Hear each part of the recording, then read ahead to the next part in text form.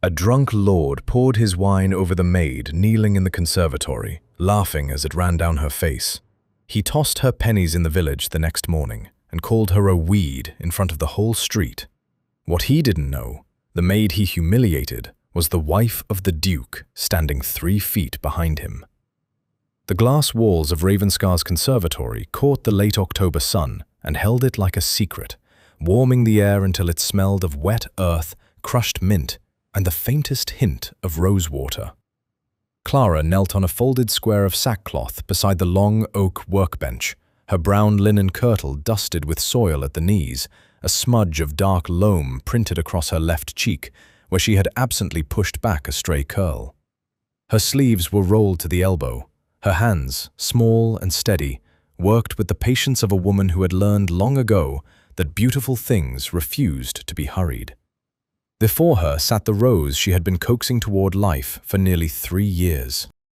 The white sovereign, a bloom so pale it looked carved from moonstone, with edges the color of fresh cream and a center that, when fully opened, would shimmer faintly silver in candlelight.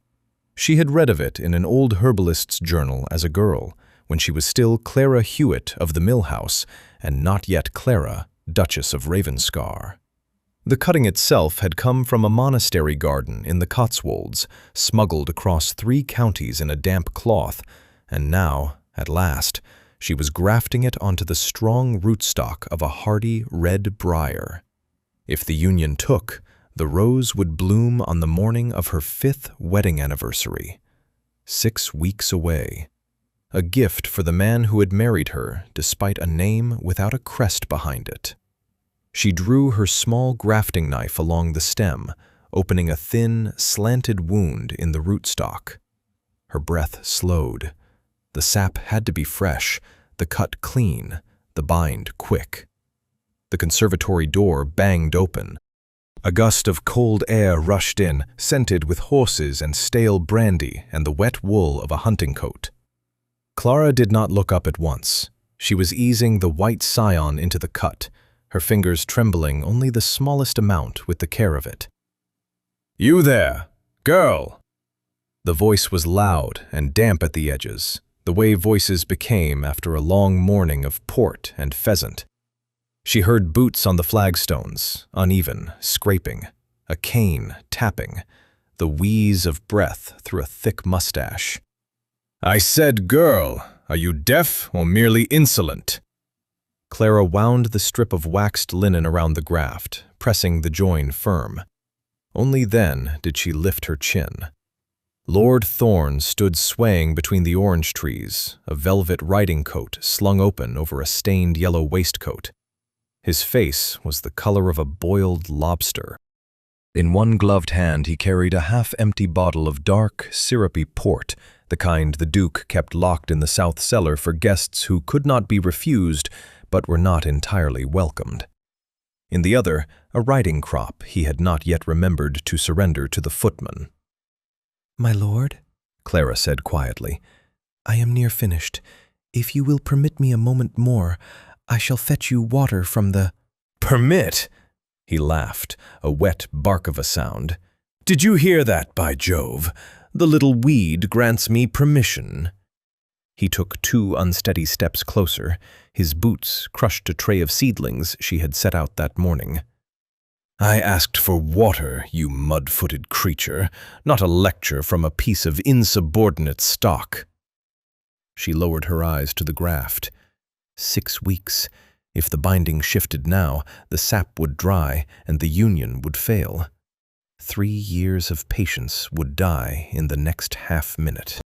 "The well is through the kitchen door, my lord. The footman by the—" The port hit her before she heard the bottle tip. It came in a thick, dark gush, cold against her scalp, then warm as it ran down her temple and into the collar of her kirtle. It poured across the workbench. It drowned the new graft, splashed across the rootstock, soaked the white linen binding until it stained the color of dried blood. The petals she had set aside in a small dish, petals she had been pressing for her anniversary book, bobbed once in the dark pool and went under. A drop ran along her jaw and fell from her chin onto the back of her hand. The conservatory was very quiet.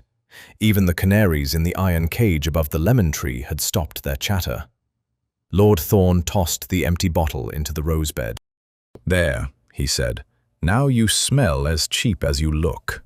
Perhaps it shall teach you to fetch a gentleman his water when he asks for it." He swayed, examined her face as though looking for tears, and seemed disappointed not to find any. "Insubordinate stock, the lot of you. The Duke ought to thin his garden." He turned on his heel, kicked over the tray of seedlings on his way out, and was gone. Clara did not move for a long moment. The port dripped from the ends of her hair onto the flagstones. It pattered, slow and steady, like the last of an autumn rain. She looked down at her hands. They were still folded around the ruined graft, holding it as though some warmth from her palms might yet save it. The white binding was crimson now. The scion lolled sideways, severed clean from the stalk by the weight of the wine. 3 years. She closed her eyes. She did not weep. Weeping was a luxury for women whose names had crests, and Clara had spent 5 years learning that her tears were a danger to her husband as much as to herself. She gathered the broken rose into a handkerchief, folded it once, and tucked it against her heart. Then she rose, smoothed her stained skirt, and walked out through the servants' passage with the slow, even step of a woman who had not yet decided whether she was a wife, a gardener, or something altogether more dangerous. The servants' passage at Ravenscar was a narrow vein of stone that ran behind the great rooms, lit only by the small windows set high in the walls. Clara walked it slowly, the wine still creeping down her spine in a cold, sticky line. A scullery maid with an armful of copper pans turned the corner, saw her, and froze. The pans clattered against each other.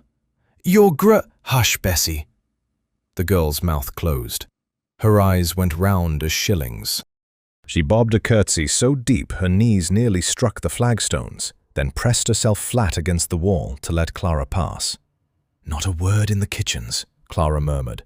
"Not a syllable. Do you understand me?" "Yes, Mum. Yes, you're Bessie." "Yes, Mum." The girl's chin trembled. "Shall I fetch Mrs. Pemberton?" "No. Go back to your pans." Clara moved on. Her slippers left dark, glistening prints on the stone. Somewhere above her, in the great dining hall, she could hear the muffled laughter of men at their late breakfast, the clink of silver on porcelain, the low rumble of a hunting horn being blown for sport from one of the windows. Thorne's voice was among them, already telling some story, already loud. She turned the corner toward the back stair and walked directly into her husband. Edmund, Duke of Ravenscar, stood with one hand braced against the wall, as though he had been on his way down at speed and only just halted. He wore his morning coat of dark grey wool and a plain black cravat. He was a tall man, lean as a hunting hound, with hair the color of wet slate and a face that gave very little away to the world. To Clara, it gave everything. He saw the wine first, then her hands, still cupped around the handkerchief at her breast. Then her eyes. The color drained from his face and was replaced, very quickly, by something colder. Who? It was not a question. It was the first word of a sentence that ended in ruin for somebody. "Edmund, who? Come away from the passage." She caught the cuff of his coat with 2 fingers, the only part of him she dared touch with hands so stained. "Please, not here." He let her draw him through the green baize door and into his study. She closed it behind them and slid the iron bolt. The study smelled of pipe tobacco and old books and the faint smoke of a banked fire. A pair of pointer dogs lifted their heads from the hearthrug, took one look at her, and slunk under the desk. Edmund turned her gently by the shoulders into the grey light of the window. His jaw worked. He lifted one hand as if to touch her cheek, saw the wine there, and lowered it again. Tell me his name, Clara. Sit down. His name. Sit down. He did not sit. He stood very still, which with Edmund was a worse thing. She drew a slow breath. Lord Thorn, in the conservatory. He took me for a gardener's girl and demanded water. When I asked him to wait a moment for the graft, Her voice did not break, but it thinned. He emptied the port over my head and over the white sovereign. A muscle moved in his cheek, nothing else. The graft is dead, she said. 3 years of it, drowned in a man's breakfast. He turned away from her. He walked to the long window that looked out across the lawn toward the lake, and he stood with his back to her for the length of perhaps 10 heartbeats. When he spoke, his voice was very quiet, which she had learned was the most dangerous voice he owned. I shall have him whipped from the door. No, I shall have his name struck from every list in the county. No, Edmund. He rounded on her. He poured wine on my wife. He poured wine on a gardener's girl. She stepped toward him. Listen to me, listen. If you storm into that dining hall and strike a peer for the sake of a maid in linen, every gossip from here to Bath will be at the windows by sundown. By next week, the Ton will have her name. By month's end, they shall have mine. And when they find what is underneath it, let them find it. You do not mean that. I do. You do not. She lifted the handkerchief between them. The wine had soaked through. A dark blot bloomed on the white linen like a wound. You and I agreed, the morning you put this ring on me. You said a quiet life. You said the dirt under my nails was mine to keep. You said you would not let them take it from me by making a spectacle of who I am. Do you remember? He looked at the handkerchief. He looked at her face. I remember. Then do not undo 5 years in 5 minutes because a drunkard insulted a curtal. She set the ruined rose on the edge of the desk. Punish him, my love. By all means, punish him. But do it as you do everything else. Slowly. Edmund was quiet a long while. The dogs ventured out from under the desk. At last, he picked up the handkerchief, folded it once, and slipped it inside his pocket, against his heart, where she had carried it through the passage. Slowly, he said. And she saw, for the first time that morning, that Lord Thorn was already a dead man walking. He simply had not been told. By the following morning, the wine had been washed from her hair, the kirtle burned in the laundress's fire, and Clara had risen before dawn to dress in a gray wool gown plain enough for any farmer's wife. She tied a wide straw bonnet under her chin, drew on a pair of mended kid gloves, and asked the groom for the pony trap rather than the carriage. The little brown mare Hesper was harnessed without ceremony. By 7:30, she was rattling down the gravel drive with a list of seedling soils, a small purse, and old Tom the undergroom beside her on the box, whistling between his teeth. Edmund had not asked where she was going. He had only looked at her over the rim of his coffee cup and said, "Take Tom, and the larger purse. Buy what pleases you." It was a half-hour's drive to Oakhaven, through lanes still hung with autumn mist. The hedges were heavy with rose hips and the last of the blackberries, and somewhere a cock pheasant cried out in the stubble field. Clara breathed it in until her chest loosened. She had decided in the night that she would not let Thorn keep her indoors. To shrink in her own conservatory was to grant him a victory he had not earned. The graft was dead and could not be raised, but she had a new order to place with the apothecary for willow bark and bone meal, and an old understanding with the seed merchant on the high street that she meant to honor. The Duchess of Ravenscar did not go to market. Clara Hewitt did, and Clara Hewitt had a list. Oakhaven on a Wednesday was a small, lively place. Stalls had been raised under the great elm by the church, and farmers' wives stood behind baskets of russet apples and wheels of pale cheese. A boy was driving 3 geese down the cobbles with a hazel switch. The air smelled of wood smoke and horse and warm bread from the baker's window. Tom helped her down from the trap, touched his cap, and went to see the mare watered at the trough. She crossed to Mr. Pibbs the apothecary first. He greeted her at the door with a small, knowing smile and the slightest dip of his head, for Mr. Pibbs was among the very few in the village who knew her name and kept it locked behind his teeth. He weighed her bone meal into brown paper, tied it with string, and asked after the white rose. She told him gently that the rose had not lived. He clucked his tongue, slipped an extra twist of dried chamomile into her parcel without charging her for it, and said the spring would bring her another chance. She stepped back out into the sunlight with the parcel under her arm. That was when she heard the hooves. 4 riders came down the high street at a trot, scattering hens. Bay horses. Loud laughter. The man at the head wore a coat of bottle green and a beaver hat set at a careless angle, and his cheeks were already flushed, though it was scarcely 9 in the morning. Thorne saw her before she could turn away. "Hold there!" He reined his horse in so sharply the animal half reared, and his companions pulled up around him in a half circle. He squinted down at her from the saddle. By God, gentlemen, I know this one. I had her yesterday in the Duke's glass house." The street, which had been full of small, ordinary sounds, went very quiet. A woman buying apples turned her head.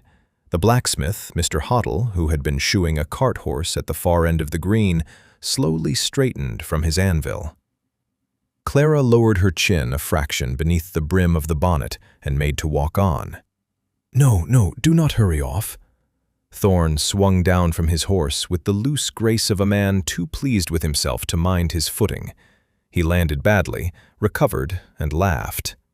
"I declare, she still wears yesterday's perfume. Do you smell it, Hargrove? The aroma of stale grapes, quite distinctive on a girl of her station." One of the riders gave a thin, embarrassed laugh. The others did not. Thorne dug into his waistcoat pocket and brought out a handful of copper pennies. He weighed them on his palm with a smirk. "Here, girl, a subscription. For a bar of good lye soap, and perhaps a comb." He flicked his wrist. The coins struck the mud at her feet and rolled. One spun a small, dirty circle and lay still against the toe of her boot. She did not look up. She did not speak. She knelt slowly, set her parcel of bone meal carefully aside on a dry stone, and gathered the pennies one by one from the wet street. Her gloves stained. The cold of the mud went through them into her fingers. She counted as she picked. 7, 8, 9, 10. When she stood, she folded the coins into her handkerchief and tied the corners in a small, neat knot.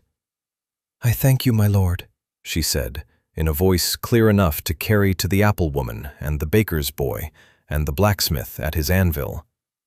"These shall find better use than you intended." Thorne blinked. She picked up her parcel and walked on. At the far end of the green, Mr. Hoddle laid his hammer down upon the anvil with a slow, deliberate clang. He watched Thorne mount and ride off, and his eyes did not blink once until the bottle green coat had vanished round the bend of the road. 2 mornings later, Lord Thorne's bay gelding came up lame on the lane out of Ravenscar. He had ridden out at a brisk trot toward Oakhaven, with some half-formed notion of breakfast at the inn, and a wander past the milliner's, where a pretty dark-haired girl was said to keep her father's shop on Fridays. The horse had been sound at the mounting block. 3 miles down the lane, it began to favor the off-hind. By the time he reached the bridge, it was limping in earnest, and Thorne, swearing under his breath, dismounted and led it the last half-mile into the village. The shoe, when he stooped to examine it, was hanging by a single nail. "Damnable carelessness," he muttered. He had given the head groom at Ravenscar a sharp word about it that very morning, and a sharper one when he reached the smithy. He left the horse with Mr. Hoddle, tossed a shilling onto the anvil, and demanded the work be done within the hour. Mr. Hoddle picked up the shilling between thumb and forefinger, examined it as though it were a curious beetle, and set it down again. "Within the hour, my lord," he said, and turned to the bellows. Thorn, having nowhere in particular to be, wandered across the green to the Black Hart. The inn was a low, oak-beamed place with a sign that creaked in the wind and a parlour at the back where the gentlemen sat. Thorn shouldered through the front room without looking at the men nursing their morning ale, ordered a brandy and water from the landlord, and settled himself in a high-backed settle by the fire. He stretched his legs. He felt the warmth on his boots. He looked about for company. The dark-haired girl from the milliner's was not, of course, in the Black Hart, but a fair-haired serving girl was wiping tankards at the long table, and Thorn, who had never met a serving girl he could not improve with a wink, leaned across the back of the settle. "You have a pretty hand, my dear. Come and pour for me directly." The girl glanced up. She glanced at the landlord. The landlord, who was polishing a pewter pot with great concentration, did not glance back. She returned to her tankards without a word. Thorn's smile thinned.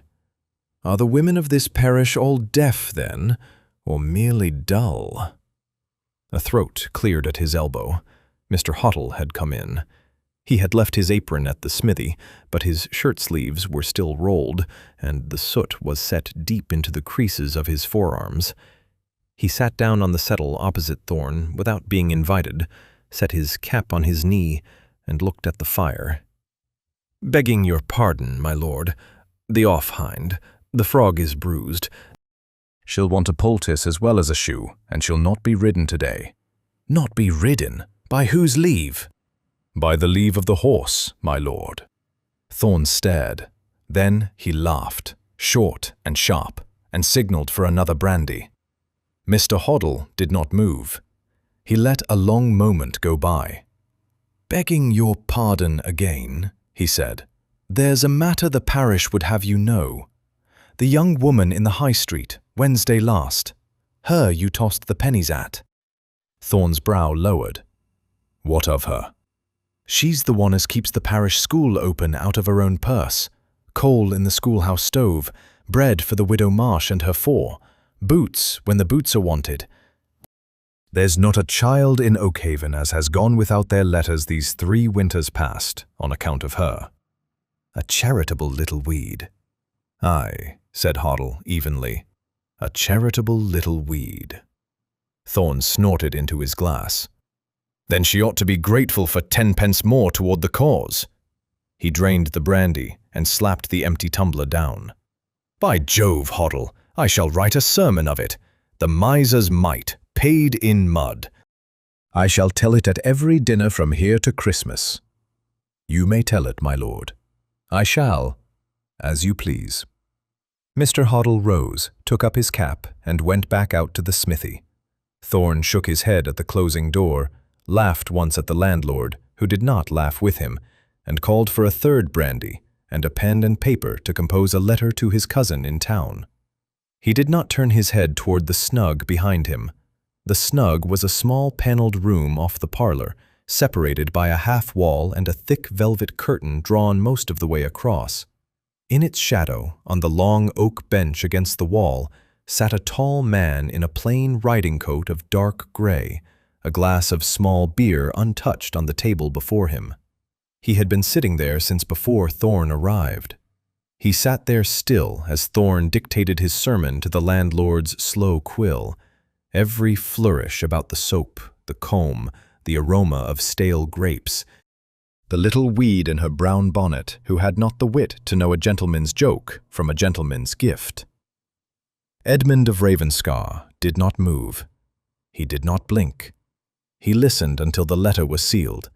Then he laid a half-crown on the table for his untouched beer, slipped out by the back passage, and rode home the long way, through the woods.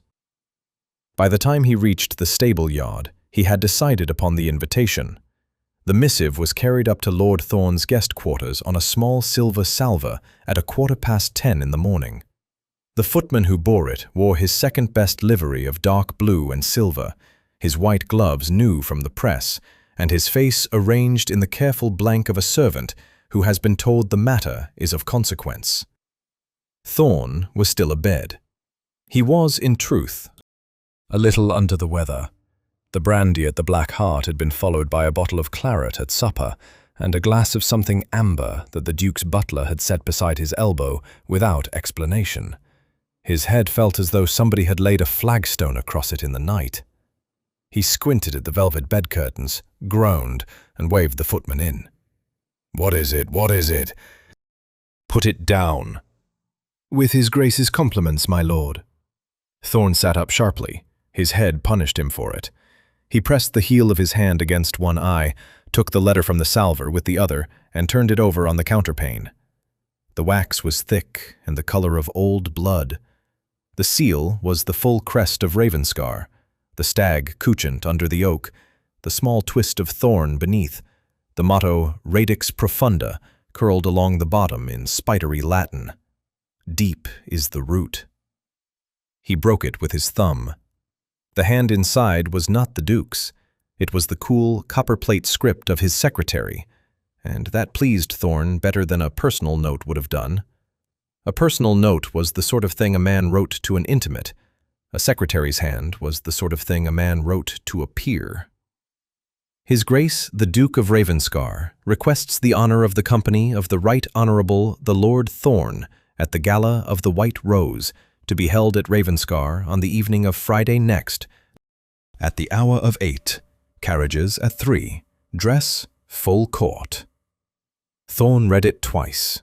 Then he laughed aloud, slapped his thigh under the bedclothes, and shouted for his valet. The Gala of the White Rose. By God! The Gala of the White Rose.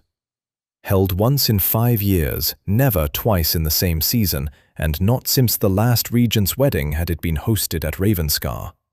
Half the peerage of England would crawl on hands and knees for a card to it.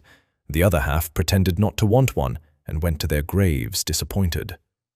He had heard, as a younger man, of a marquis who had ridden 3 days through snow to attend, only to be turned back at the gate for a missing cravat pin. He had heard of widows who kept their invitations under glass. And here was his, on his counterpane, sealed in the Duke's own wax. Thorn flung off the bedclothes. "Hibbert! Hibbert, you idle dog, where are you?" The valet appeared from the dressing-room with the long, suffering face of a man who had been waiting for precisely this summons. Thorn brandished the letter at him. "Read that, Hibbert. Read it." "Very good, my lord. Most gratifying, my lord." "Gratifying, gratifying. Hibbert, this is the making of me. Have my green coat pressed. No, not the green, the plum. The plum velvet with the silver thread. And the cream waistcoat, the new one. Where is the new one?" "In the press, my lord." Bring it directly. And the buttons, the brass buttons want polishing, all of them, every one. Are my dancing shoes here? Are they? Send a boy to Oakhaven for fresh ribbon if they are not. Send 2 boys. "Yes, my lord." "And my cravats, Hibbert, the Mechlin lace and the Brussels. Lay them both out. I shall decide on the day." "And the snuff box, the enamel one, with the hounds, not the tortoise-shell. The tortoise-shell is for mornings. I shall not be taken for a country squire at the Duke's own board." He paced in his nightshirt, barefoot, on the cold boards, the letter still in his fist. The hour or 2 of headache had vanished as cleanly as if a surgeon had bled it out. He saw, in his mind's eye, the long ballroom at Ravenscar. He had only ever glimpsed it in passing, on an autumn morning 4 years past, when the great doors had been opened for an airing. A floor of figured walnut, a ceiling of painted clouds, 3 chandeliers, each the size of a haycart, dripping with cut crystal that threw rainbows down the walls. He saw himself, in plum velvet, bowing at the Duke's elbow. He saw the Prince Regent's set glancing his way and murmuring, "Who is the fellow standing so easy with Ravenscar?" A political alliance, a seat, a wife, perhaps. With 30,000 a year and a name old enough to pay for his, it was all in the wax. He paused his pacing only once. It struck him, for a small, queer instant, that he had not seen the Duke since the day of his arrival. Not at breakfast, not at the hunt, not at supper. He had been sent his meals on trays with the compliments of the house, and told the Duke was much occupied with estate business and would receive his guests properly upon the Friday. He turned the thought over. He shook it off. A Duke kept his own counsel. A Duke had estates to mind. A Duke who meant to honor a man with the gala of the White Rose was a Duke who had been watching him from the first and approving what he saw. He kissed the seal. He laughed. The plum velvet, Hibbert. The plum. Friday came in grey at the windows and gold by the candles. From the first light, Ravenscar moved like a beehive struck with a stick. Wagons rolled up the long drive with hothouse lilies from a neighboring estate, with hampers of oysters packed in ice from the coast, with crates of champagne and rounds of wax candles taller than a child. The cook had not slept. The under-butler had wept, once, briefly, into a tureen, and then recovered himself and shouted at a footman about the silver. By noon, the great hall smelled of beeswax and orange peel and the faint, sharp tang of vinegar from the housemaid's last polish of the long looking-glasses. In the west wing, behind a door that the household had been forbidden to approach without summons, the Duchess of Ravenscar sat very still upon a low, velvet stool. She wore only her chemise and stays. Mrs. Pemberton, the housekeeper, stood at her left shoulder with a pin-cushion strapped to her wrist. Mademoiselle Aubert, the modiste who had ridden up from London on Tuesday and slept 3 hours since, knelt at her feet with a mouthful of pins. A young girl named Annie held the gown across her outstretched arms as the gown. Ivory silk, the color of fresh cream poured into a porcelain cup, cut close to the body in the Regency line, with a high waist bound under the bust by a single twist of silver cord. The hem was weighted with tiny silver beads so that it would move as a bell moves, slow and certain. Up the back, from the small of it to the nape, ran an embroidery in silver thread of climbing thorns, not a flower among them, only the long, curved barbs, half hidden in their own leaves, so that from a distance the back of the gown looked simply pale, and only at near reading did the eye understand what it had been looking at. Edmund had chosen the pattern himself. He had sat one evening in the autumn with a length of paper and a pen, and he had drawn the thorns, and he had said quietly, "Without the rose, my love, only what defends it." Annie lifted the gown over Clara's head. It came down in a long, ivory sigh. Mademoiselle Aubert's fingers flew along the back, fastening the small covered buttons, easing the silver cord, smoothing the line of the skirt across the hip. Mrs. Pemberton circled with the pin-cushion and did not need it. "Stand, Your Grace." Clara stood. She did not look at the long glass. She kept her eyes on the window, where the afternoon light was the color of weak tea, and where a single starling sat preening on the sill. "The hair, Annie." Annie set down a silver comb and a small ivory box. She unpinned Clara's plain knot and let the chestnut fall down her back in a long, heavy fall. She brushed it out 100 strokes, as her own mother had taught her, until it shone like polished wood. Then she began the work of curls. Heated tongs from the small brazier, a quick wrap and release, a quick wrap and release, until the front and sides of Clara's hair lay in soft Regency ringlets framing her cheekbones, and the rest had been twisted high and pinned at the crown in a coil so neat it might have been carved. Into the coil, Mrs. Pemberton set the diamonds. They were not, in truth, the Ravenscar diamonds. The Ravenscar diamonds lived in a vault in town and were too heavy for any neck that was not braced against them. These were smaller, finer pieces, set in silver, a fillet of small brilliants across the brow, a pair of long pendants for the ears, and a single drop on a fine chain that lay in the hollow of her throat the way a dewdrop lies in the center of a leaf. Mademoiselle Aubert at last permitted herself to step back. "Mon Dieu," she said softly, and crossed herself, which she had not done in 20 years. Mrs. Pemberton's mouth pressed into a thin line. Annie, behind her, pressed both hands to her own. "Your Grace," Mrs. Pemberton said, and her voice had a small catch in it she did not try to hide. "Will you look now?" Clara turned, slowly, to the glass. The woman in the glass was not Clara Hewitt of the mill house, with mud on her cheek and a parcel of bone meal under her arm. The woman in the glass was not even the Duchess of Ravenscar, as the Duchess had been an hour ago, in a grey wool morning dress with her hair pinned plainly back. The woman in the glass was someone built by patient hands out of silver thread and ivory silk and small, careful stones, and behind her ribs Clara felt the strange, brief grief of a child who has been dressed for a part she did not ask to play. She held her own eyes in the glass for a long moment. Then she crossed to her dressing table and took up, from a small dish she had set there that morning, a single dried petal. It was the color of old port. It was the last of the white sovereign, pressed under glass for 2 days and laid out for this hour. She slipped it inside the silver cord at her waist, against the skin. "Now," she said, to no one in particular, "now I am dressed." By 8 o'clock, the long drive to Ravenscar lay under a slow river of carriage lamps.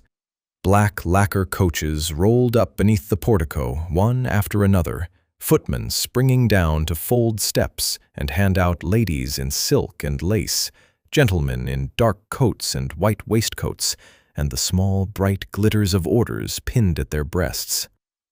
The great doors stood open. The light from inside spilled across the gravel, as though the house itself were burning gently from within.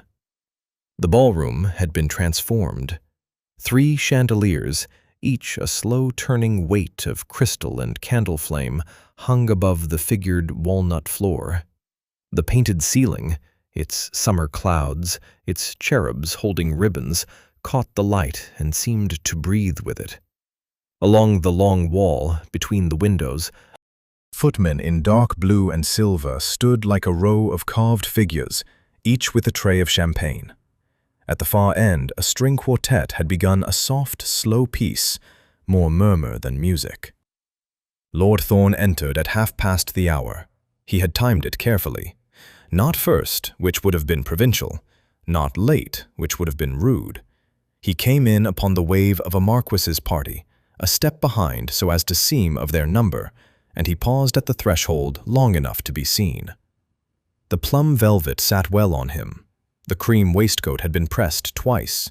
His cravat was the Brussels lace, knotted in the new fashion, and the brass buttons winked under the chandeliers. He drew off his gloves with the air of a man entering his own drawing-room and handed them to the footman without looking at him. "His Grace," he said, in a tone that was almost casual. "Is he received?" "His Grace is upon the dais, my lord." Thorn lifted his chin and followed the line of eyes. At the head of the long ballroom, on a low platform of 3 steps, the Duke of Ravenscar stood alone. He wore black coat, black breeches, black silk stockings, a single white cravat.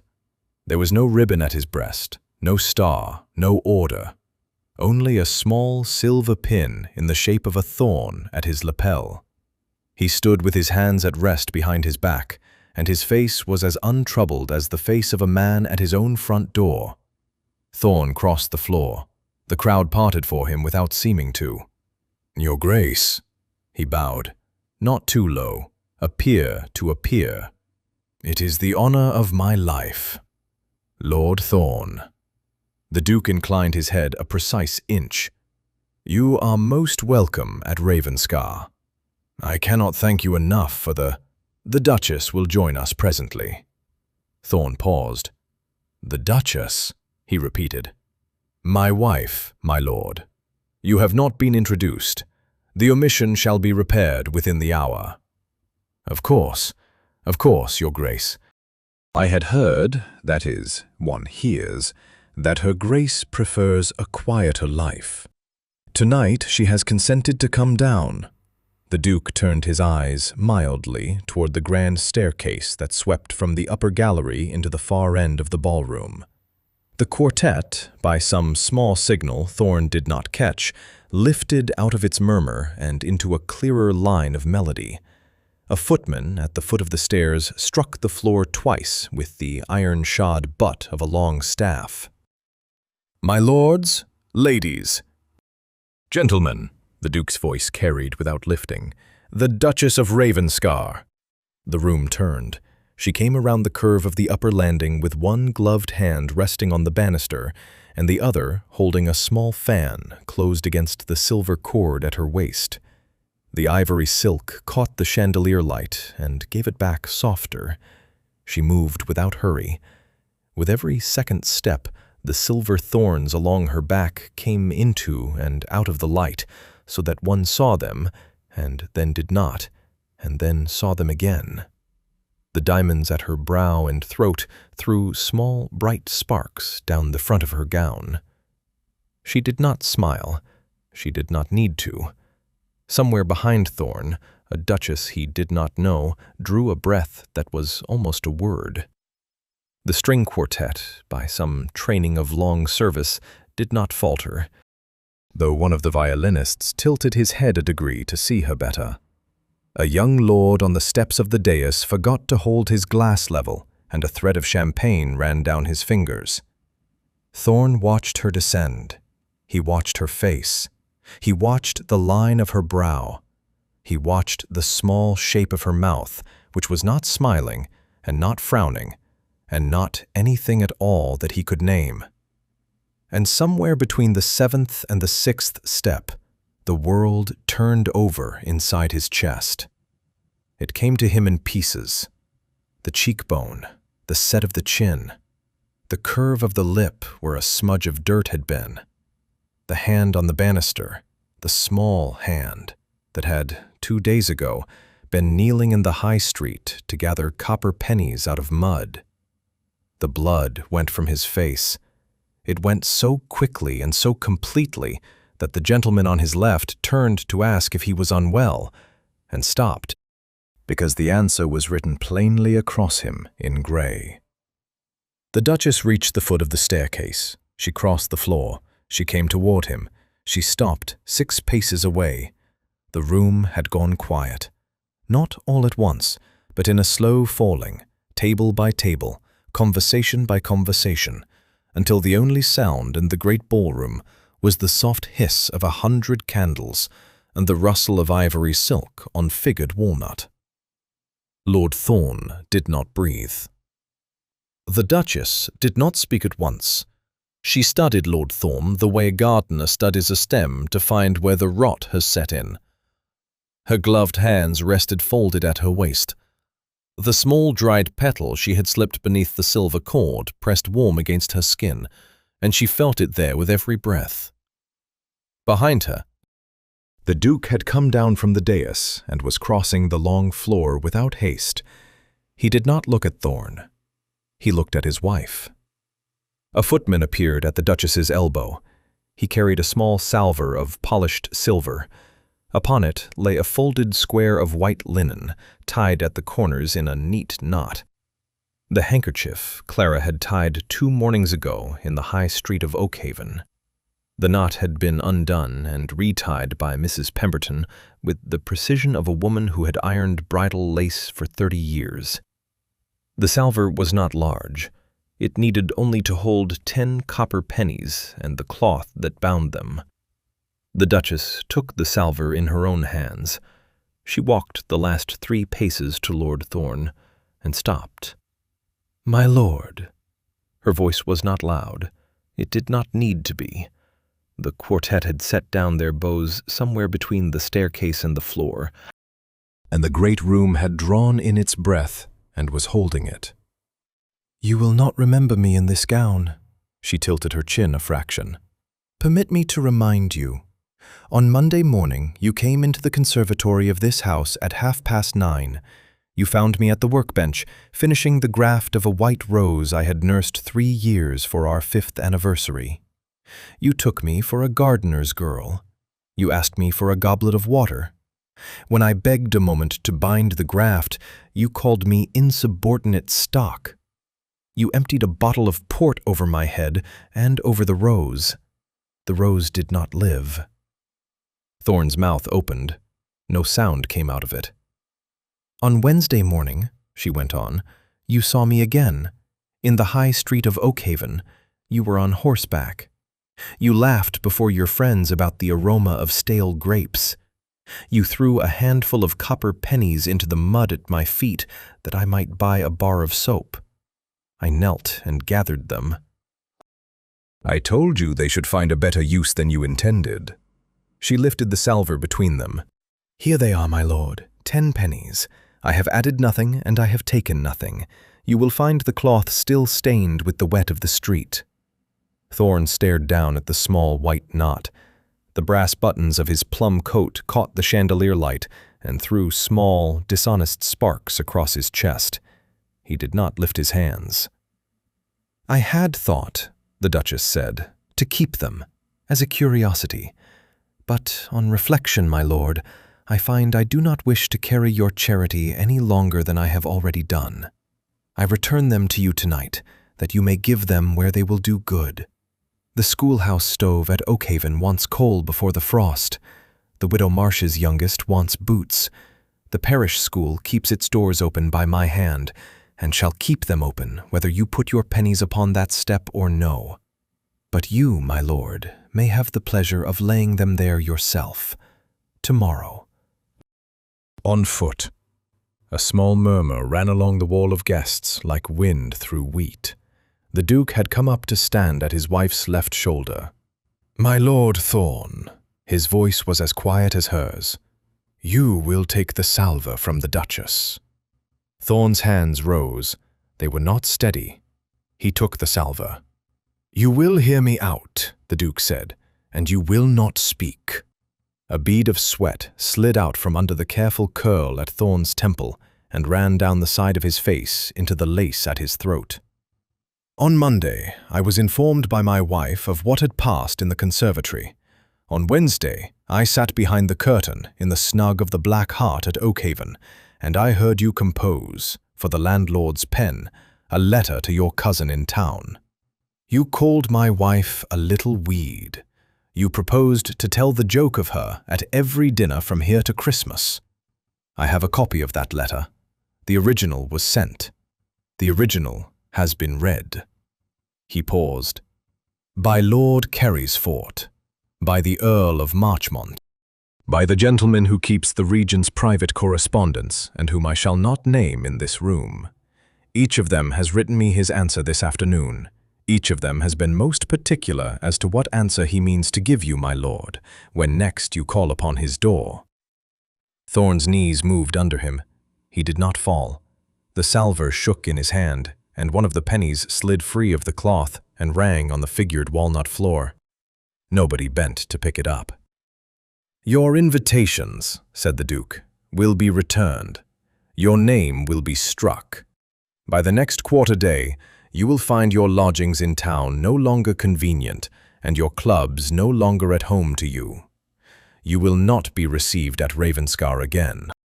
You will not be received in any house that values its standing with mine.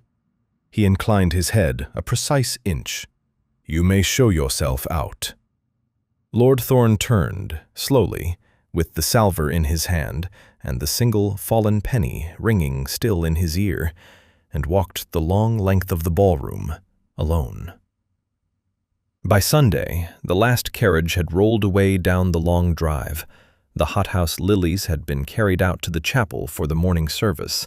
The chandeliers had been lowered on their long brass chains, and the candle stubs lifted out by the underfootman with a pair of tongs.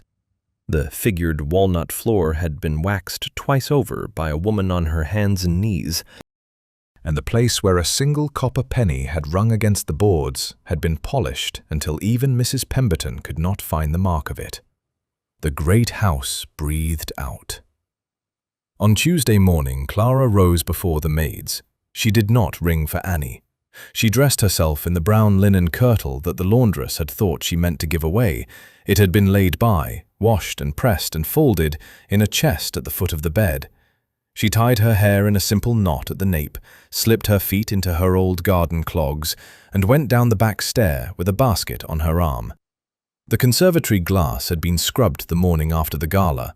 Where the port had splashed against the panes, no shadow remained. The seedling trays Thorn had kicked over had been righted and refilled with fresh soil. The canaries in the iron cage above the lemon tree were chattering as if nothing had ever interrupted them.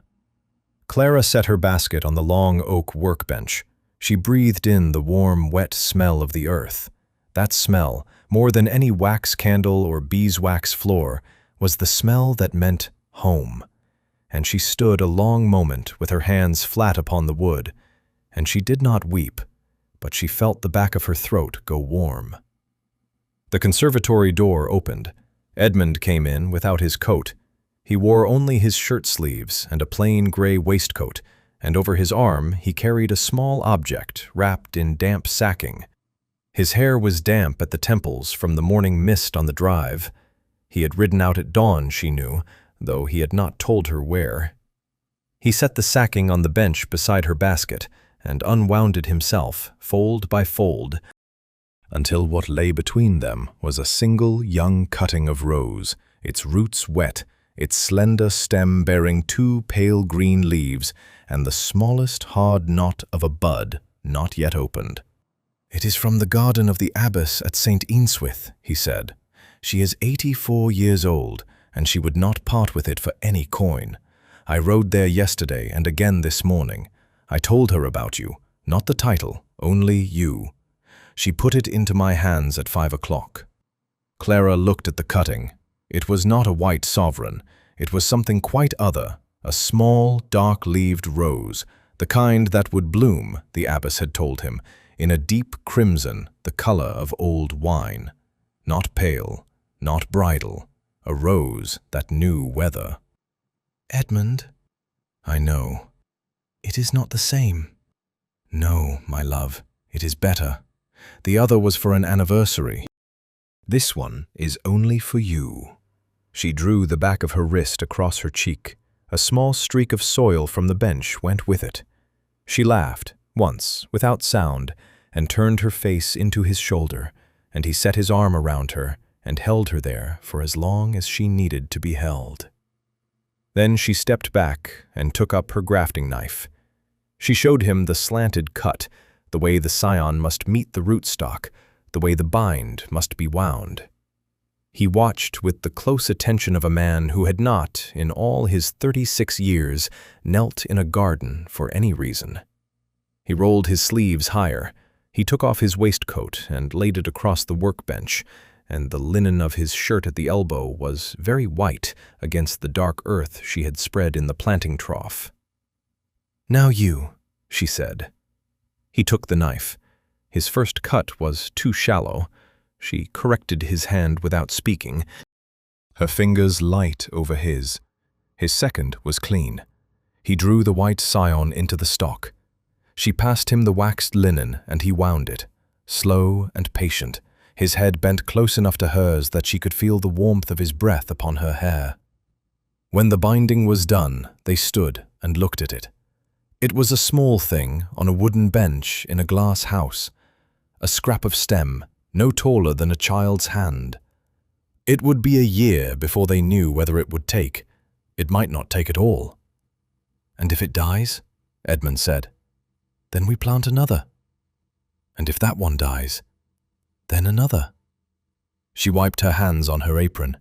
He wiped his on the back of his own trousers, which made her laugh aloud, the first proper laugh she had laughed in a week, and he looked at her sidelong with a slow boy's smile she had not seen on him since the morning of their wedding. They walked out through the conservatory door together into the kitchen garden, where the late asters were still in flower and a robin was working the upturned earth for worms. The bell above the dairy rang for breakfast. Somewhere beyond the wall, a farmhand whistled a tune older than the house. Clara, Duchess of Ravenscar, of the Mill House, of the parish school at Oakhaven, of the brown linen kirtle and the ivory silk and the small dried petal pressed against her ribs, slipped her muddy hand into her husband's muddy hand, and they walked the gravel path home.